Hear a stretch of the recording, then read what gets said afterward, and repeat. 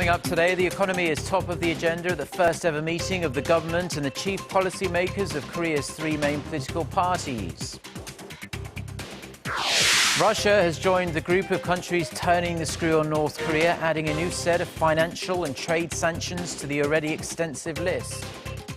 Plus, terror fears over the plane that crashed into the Mediterranean.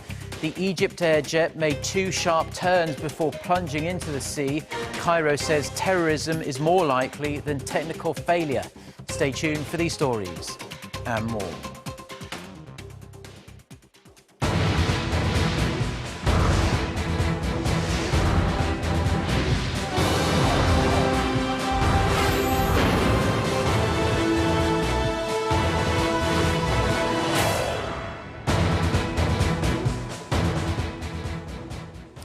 Hello, it's noon on Friday, the 20th of May. You're tuned in to our midday newscast here on Arirang TV. Thank you ever so much for joining us. I'm Mark Broom.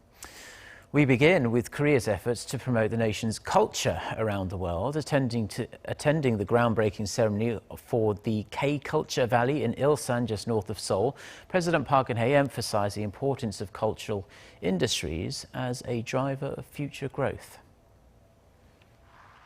우리의 우수한 문화 콘텐츠와 한류는 세계인의 마음을 사로잡으면서 인류의 행복에 기여하고 있고 대한민국의 위상을 높여주고 있습니다. 이제 문화를 산업화하고 창조적 콘텐츠를 만들어 세계적인 문화를 선도하는 것이 우리 미래 성장 동력의 핵심 중 하나가 될 것입니다. When completed next year, the new centre will function as a platform for Hallyu contents and is expected to attract 5 million visitors annually. This is part of the Korean government's culture initiative to help startups gain financing and introduce their cultural contents through experience centres, especially to foreign tourists. The economy is front and centre of a meeting of the government, the ruling Saenuri Party, the main opposition Minju Party of Korea and the minor People's Party. Starting their talks roughly an hour ago, the chief policymakers of the parties and Finance Minister Yoo Il-ho are addressing pending economic issues along with future mid to long-range tasks to improve the people's livelihoods. They are also seeking ways to successfully restructure struggling corporations like the nation's big three shipbuilders. The government is leading the corporate restructuring process. It hopes to diminish the economic fallout from a sudden collapse of major Korean firms amid economic uncertainties. The chief policymakers say the meeting is part of their efforts to promote a smooth start to the 20th National Assembly by faithfully working together on economic issues. Now, with the last plenary session of the 19th National Assembly concluding on Thursday and a new-look 20th Assembly scheduled to start at the end of this month, Parliament is again facing criticism for its lack of progress passing bills. Park Ji-won reports. One of the key functions of the Parliament is to pass laws, and in that regard, the 19th Assembly will most likely be evaluated as the least productive Parliament ever. Only about 45% of more than 17,000 bills submitted since the opening of the Assembly in May 2012 were either passed or rejected, and more than 55% of pending bills expected to be scrapped on the 29th, a day before a new Assembly begins on the 30th this month.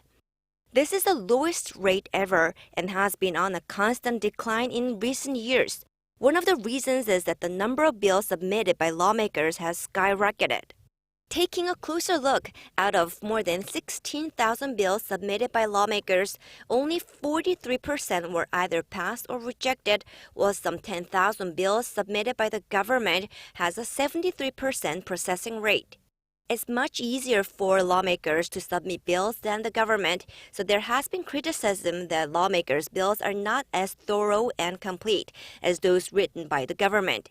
Experts accuse lawmakers of frivolously submitting bills to earn the favor of civic organizations, which evaluate lawmakers' performances based on the number of bills they submit as part of the reason for such a poor bill processing rate. But the bigger problem, they say, is that Korea's party politics prohibit proper functioning of legislative body. The most serious problem is that parties dominate the Assembly's legislative activities. The legislature should function properly regardless of ongoing party politics, like parliaments in other countries. But in Korea, it's not that way. The controversial National Assembly Advancement Act, which requires 3/5 consent from lawmakers to pass a law, is also being blamed for the low bill processing rate. The Advancement Act allows facilities faster processing of less contentious bills, but when it comes to bills regarding labor reform, it impedes progress due to the higher consent requirement. The Assembly Advancement Act was first put into practice during the 19th Assembly. Although it has helped limit physical confrontations at the parliament, it remains to be seen how the 20th Assembly will play out, with many lawmakers voicing opposition to the act. Park Ji-won, Arirang News. Now, more and more countries are lining up to sanction North Korea for its recent nuclear and missile provocations. Russia is the latest to announce crushing unilateral measures on the regime in Pyongyang. Our Kim Hyun-bin has the details. Just a day after Switzerland announced a comprehensive range of sanctions on North Korea, Russia has joined the countries turning the screw on Pyongyang, adding a new set of financial and trade sanctions to the already extensive list. According to Radio Free Asia, the Central Bank of Russia announced measures on Thursday to suspend all financial transactions with the North. This includes any assets related to North Korea's nuclear and missile programs and the Workers' Party. The Russian sanctions are in line with UN Security Council Resolution 2270 in March, imposed after Pyongyang's fourth nuclear test and intercontinental ballistic missile launch earlier this year.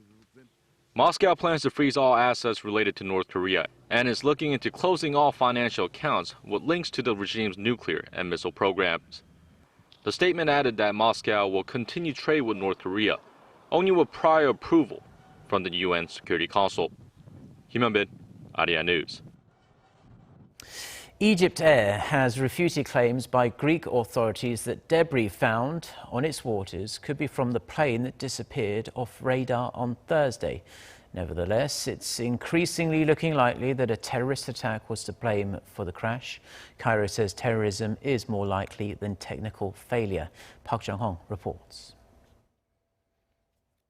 Retracting an earlier statement, EgyptAir's vice president has told CNN that objects found floating on the sea were not a part of its plane. He said search and recovery efforts were ongoing.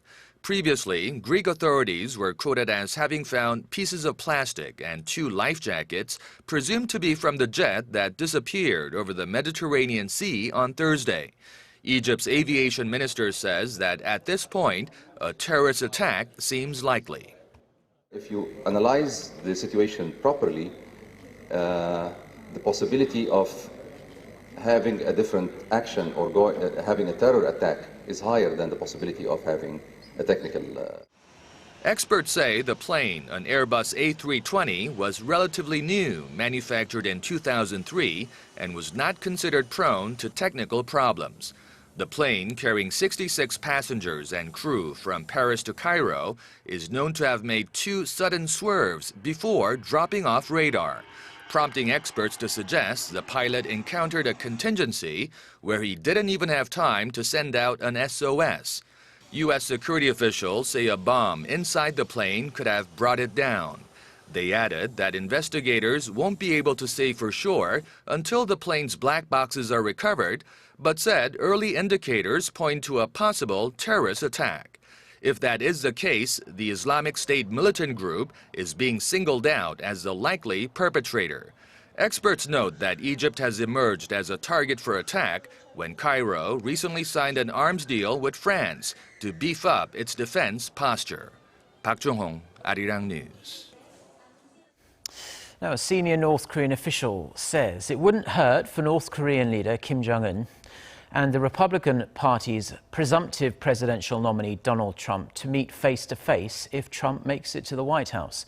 The remarks come a matter of days after Trump said he would be willing to sit down with the young North Korean leader if it would lead to the regime's denuclearization.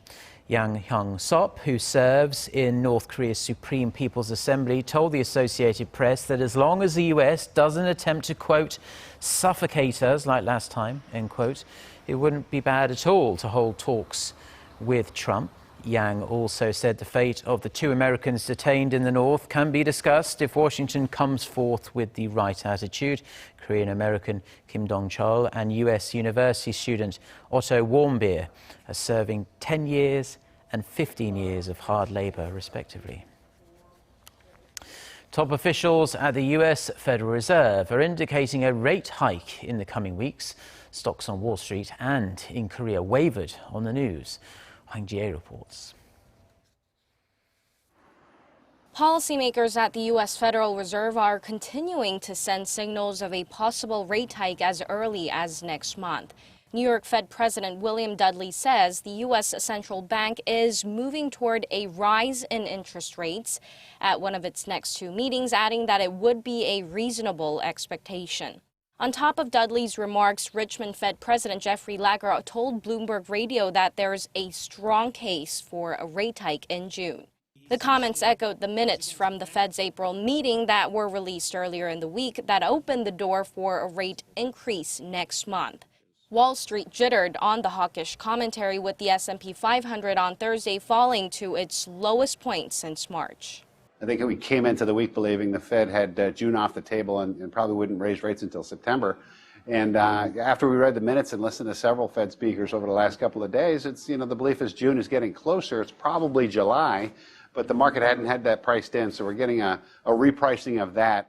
Korean shares also opened slightly down at 1,943, but recovered in the morning session. But the uptick was not that strong, with the benchmark Kospi currently level with Thursday's close. Hwang Jie, Arirang News. Now, Taiwan's first ever female president, Tsai Ing-wen, took office on Friday after winning the national election back in January. It marks just the 3rd leadership change in Taiwan's history. The 59-year-old received a legal education in Taiwan, the US and the UK, and then worked as a law professor in her home country before joining the Democratic Progressive Party in 2004. President Tsai and the ruling DPP face multiple challenges, though. They are tasked with fixing the underperforming domestic economy and uneven income distribution, and trying, at least, to foster a positive diplomatic relationship with China. The overseas credit and debit card spending of Koreans dropped in the first quarter from the previous one, due in large part to the stronger US dollar. The Bank of Korea says spending in the first 3 months of 2016 stood at $3.3 billion, down nearly 4% from the fourth quarter of last year. The drop came despite an 8% increase in the number of Koreans traveling abroad in that period. Experts say the robust greenback eroded Koreans' appetite to shop while out of the country. The Korean won weakened 3.6% against the dollar in the first quarter from a quarter earlier. Foreign ownership of land in Korea edged up slightly last year amid increasing Chinese investment in Jeju Island. The Ministry of Land, Infrastructure and Transport says local land owned by foreign entities amounted to more than 228 million square meters as of the end of 2015, up 9% from the previous year. And this accounts for 0.2% of the nation's total land area. The value of the land is estimated at about $27.4 billion. Overseas Koreans have almost 55% of the land owned by foreign entities, followed by joint ventures and foreign firms. By nationality, individuals and companies from the US accounted for over 51%, followed by investors from Europe, then Japan and China. Korea's tech giants are fast-tracking efforts to commercialize the next era of high-speed wireless communications technology. Samsung Electronics says it aims to fully develop its own 4-band carrier aggregation chipset by June 2017. It's projected the chip will replace the current 3-band LTE in Samsung's next flagship smartphone models following the Galaxy S7.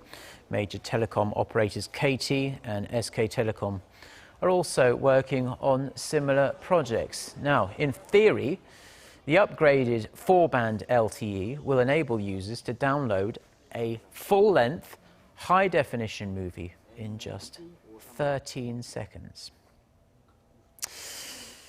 Now, a Korean man has been murdered on the outskirts of Manila in the Philippines. The Korean embassy there said the man appears to have been bludgeoned to death with what appears to be a gas canister in Dai. That happened at about 4:30 a.m. local time on Friday. The 57-year-old man worked as a missionary in the country. The latest victim takes the total number of Korean murders in the Southeast Asian nation to 3 this year. 11 Koreans were killed in the Philippines last year. Now, it's another sizzling day in store for Korea with a severe heat wave alert issued in the capital area for the first time in May since 1932. The temperature in Seoul will peak at 32 degrees Celsius, while highs in Daejeon, Daegu and Gwangju will reach between 30 to 32 degrees Celsius. The heat wave will last through next Monday as well. Increased UV levels are expected through the weekend, with an ozone watch issued for most of the nation, with the exception of Gangwon-do province and the southern resort island of Jeju. However, there will be a bit of respite in the evening for central Gyeonggi-do province. Cool air and winds are expected in the evening, and the mercury will dip to a comfortable 17 degrees Celsius.